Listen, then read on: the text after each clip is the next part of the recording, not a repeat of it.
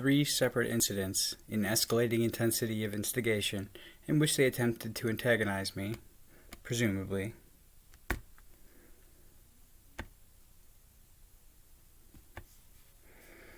Unto some angry, hostile confrontation, or else some explosive, violent outburst, as would react if similarly provoked, near total each and every one of their grown adult little boy Hispanic men, and all but the 99th percentile of this Latin Americant, which childish detract, Americant, is so fucking lame, besides merely moronic, that somehow of all I think which might undo me, yet I should not dare omit, for it's prompt and drab, but dart definitive to derision, and somehow unmistakable to intention, and as I am both childish and moronic. But however, as just before I was berating, the rest of which virtual unanimity this alien male Americant becomes immediately violent and unto death, defensively and in retaliation against, and at first smallest or any at all challenge to his manhood. The first incident was in the same week as Monica, Friday in the afternoon, straight over after finalizing my new employment with the coat warehouse, and the 2-hour tutorial during which I met the pretty one. It was hardly halfway through the long afternoon, beyond the August-eyed. The place, the acronym gym, was lively, busy, but not jam-packed, albeit all were currently utilized. Among the long row of weight benches, which stretches long parallel in front of and closest in the reflected view, with each individual bench length, respectively, perpendicular unto the broad, spanning mirror that runs the width of the whole wall. I was on one of these benches, doing isolated overhead tricep extensions before the mirror. I wasn't listening to music, so my cell and headphones were on the floor set next to my tin water bottle at the foot of the head end of the bench, farthest from the mirror. After completing my final set of that particular exercise, I subsequently emptied the bottle's contents, pouring the last ounces of its water down my esophagus. And then I stood up and replaced the 20-pound barbell that I just finished with back into its place immediately before me on the dumbbell rack that stretches up against, touching the wall, running underneath the span of the mirror. Before that I should then retrieve the 50-pound barbell for the skull crushers that I had planned to do next. Instead, I wandered over to the water fountain to refill my tin canteen. But though, I left my cell and headphones in their place, as token of my temporary possession of the bench, which I laid still claim over and rightly retained, as which conduct is commonplace between patrons, acknowledged, accepted, and generally accommodated among the microculture of every gym location, everywhere, ever, and by virtually everyone.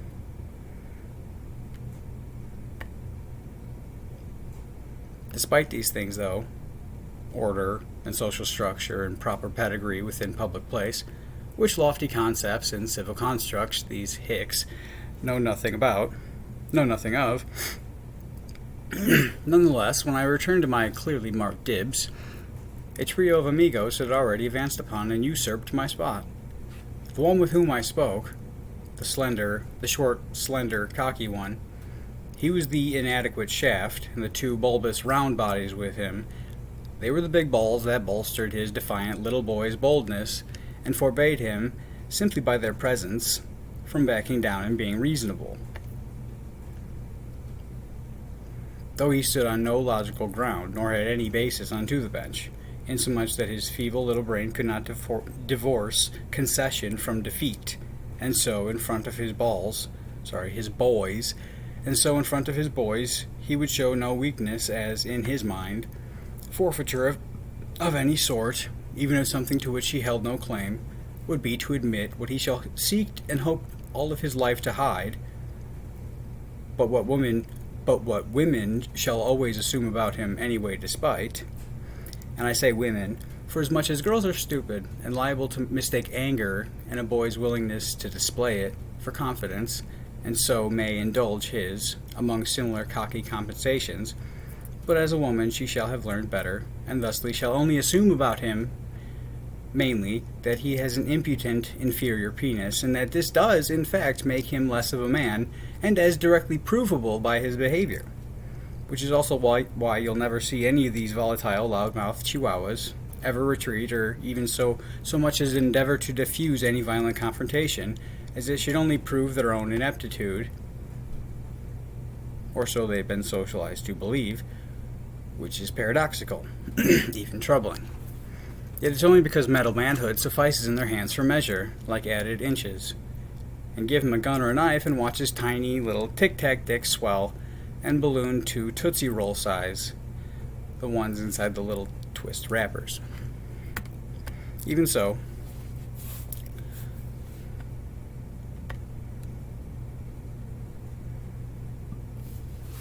the one with whom I spoke, the little cock in front of his 2 fat balls, he had well-trimmed hair with decorative designs of buzz-cut lines balded into the side of his head, like special little floral patterns, his attempt at being unique. His high-end trendy shoes and apparel only display the upper stratum among which he hoped to be seen, yet likely never will. And I think, too, that it's well worth pointing out, and this transcends race, and I address only men here, too, not women, but this pertains only to males, that fancy fashion and costly clothing on a man,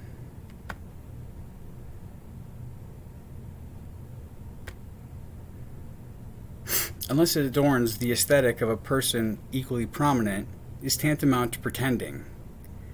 Wearing... Good gracious. How did that become...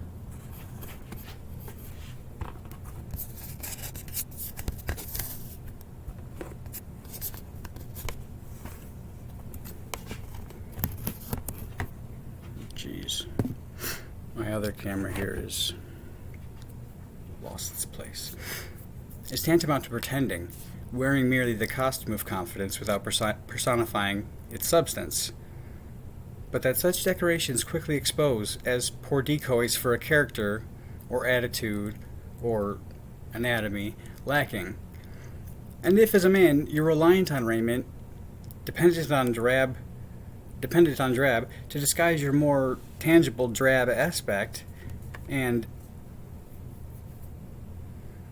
as a man, if you compel the stylist's tracheology to groom and gild you in wild novelty, but only for the sake of standing out unique, yet you've nothing unique about you that sets you apart, to craft the hair on your cranium unto a reflection better capturing the special flower that you wish you were, thinking weird, unusual avatar alone should perhaps, possibly, maybe, hopefully account for that missing key ingredient and render you more desirable to potential mates, then really all you're doing is advertising your own insecurities, that it takes this much care and cost to make you feel not inferior.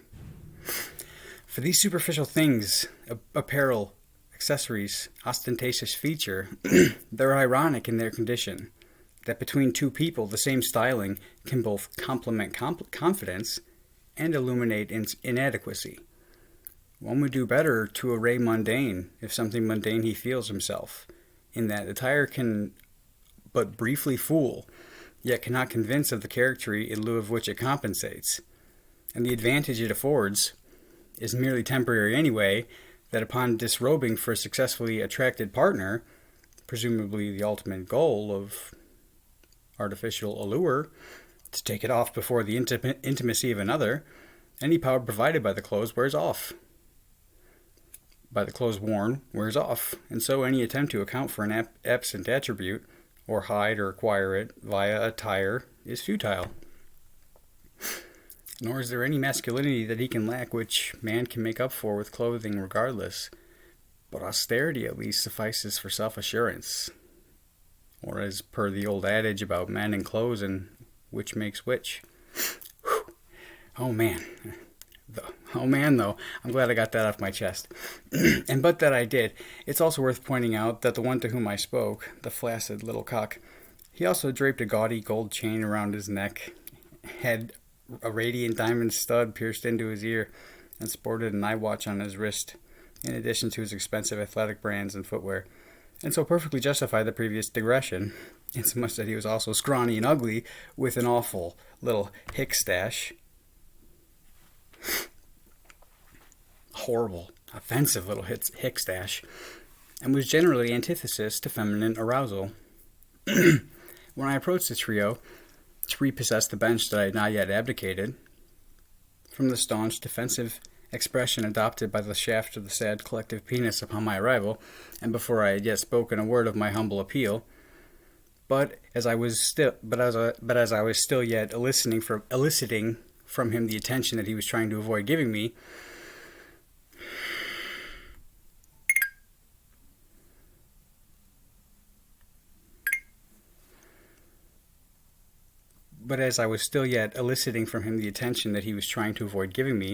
I could tell that he had expected confrontation and was prepared to challenge opposition. He displayed a rigidity at our eye contact, and had a look to him with his head angled down and slightly forward, so that as his eyes met mine from under his brow, they seemed to be peering upward, albeit above the ground. They glared out at level roughly congruent to my own. Unto an impression, though, like that of a frightened cornered dog, ready to bite the hand of the stranger that should reach out and be stretched forth to grab him. In response to my declarative entreat that, hey, I wasn't finished with the bench, which admittedly wasn't, excuse me, gentlemen, yet also certainly wasn't declared or delivered or expressed via voice, visage, or demeanor in any way hostile. He protested only by acknowledging that there was nobody here, at the weight bench, that is, when he and his two contoured testicles had acquired occupancy. Right. I know.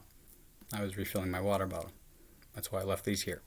As I also bent squatting and picked up the conjoined devices, my undisturbed cell and headphones, the earlier referenced proof of my prior possession, and tokens of the workspace that my presence had but temporarily vacated, and symbolic of my intentions and right to reclaim them upon my return, to which objects he feigned oblivious, pretending to have failed to notice them. A blowful, woeful portrayal of himself, as though he wasn't prior aware that they were there. Nonetheless, after that I raised and repostured, and then a short pause thereafter, during when I had expected them to excuse.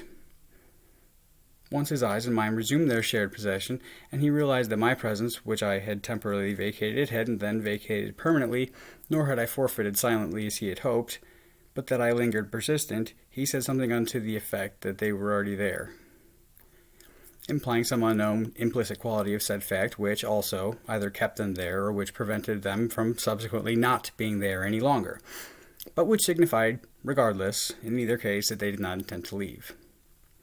We then engaged in a brief, tense eye contact, shortly into which he began to shake his head dismissively and bluntly back and forth to divert my glare and deter my further stare. His head gestures inspired, of course, my immediate urge, and upon first instinct, as anyone would, I felt the abrupt impulse to pulverize the puny little punk, which instant rage, though just as quickly abated, and, upon receding, gave way naturally, and was succeeded by an even stronger inclination to wound him worse with my words, as I'm wont and cunning to accomplish, and make him regretfully aware of the ugly truth of his situation, that, no matter what he does, whatever ornamentation he might decorate himself, or what muscle he should add, his any attempt to improve his appearance shall prove immaterial, in that he shall always be prohibited of competent prowess, regardless, by his hateful rat face and his meager shrimp dick, and so he ought not try ever to better himself. So get the fuck out of my way. Or so as battle strikes best, decisive and devastating, and disarming, debilitating, and without virtue to give adversary answer. And whether I think it actually so, or suppose it hardly true, who cares? What does that matter? But weapons are cruel to incapacitate, and armaments aim to insecure in war of words. An injury to ego is the risk of combat, and earned of rude reckless. Reason eventually prevailed, though, and instead I simply gave slight raise to my nose to look down on him, as I proceeded to misdirect my gaze nonchalantly down below his midsection, with the mocking squint magnification on where, beneath his polyester, I would have discerned a male appendage, if only his baby dick were big enough to bulge. But I remained perfectly calm and utterly unperturbed throughout. This, of course, won me not the battle, but the war, so that, when again, and just as condescendingly, I raised my eyes back up to him, and on my face a big embarrassed smile for him, he would soon divert his deflated eyes, not off dismissive, but low, diminished, and slowly swivel his pelvis away from my view, his aspect no longer the dog ready to snap, but a little boy about to cry. Yet remained stationary at my bench, notwithstanding, to recount what consolation he could of his purely Pyrrhic victory, as he very much regretted knowing that I know that he knows that I know what so he fears any knowledge of, and what he's only grateful that I gave not audible reference to in front of the other two, the fat balls of his Latin crew. So, big deal. And having been sufficiently smitten on the cheek, and in front of what proximity had taken notice, I turned the other and walked away, positively almost Christian-like. Then again, though, and not a week later,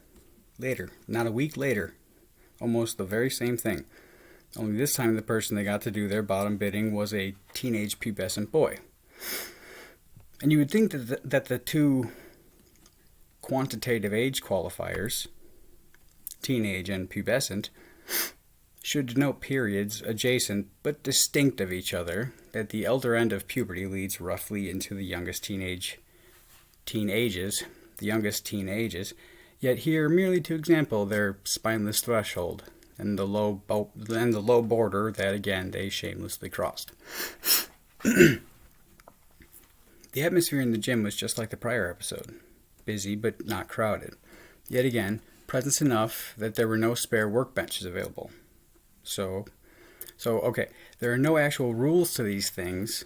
There's nothing posted on the wall that gives instruction or codifies such nuance. It's all just decorum.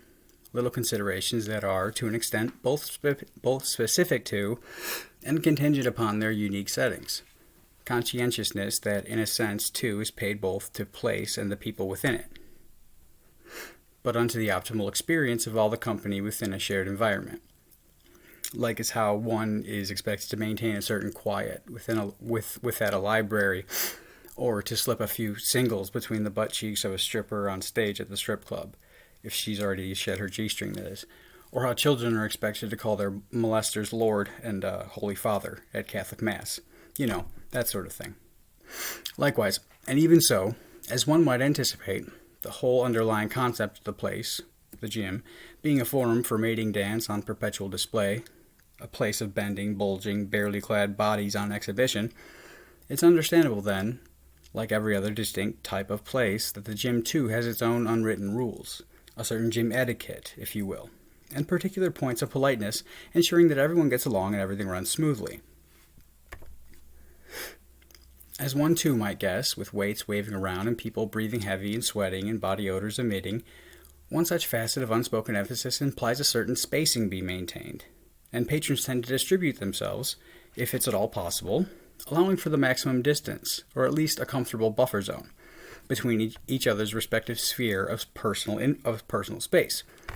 That if I'm to the right of my workbench, then the guy to my right is likely to be in the space to the right of his, that his bench separates him and I, as the guy to my left is also on the right side of his workbench and separated from me by mine, so that at a crowded hour the pattern still goes man bench, man bench, man bench, and so on down the line.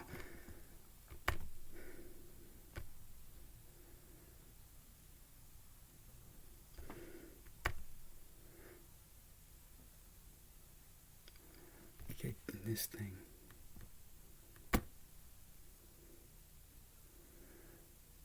But so no two patrons are obligated to double up within the same 6x6 area, or thereabouts of empty space between benches, 8 by 8. That being said, that's exactly what happened, and it's not a big deal, but that it was deliberate and imposed upon me specifically. There I was, though, working on biceps at a workbench somewhere near the middle of a long, fully occupied row. I was right in the midst of a set of curls when all of a sudden,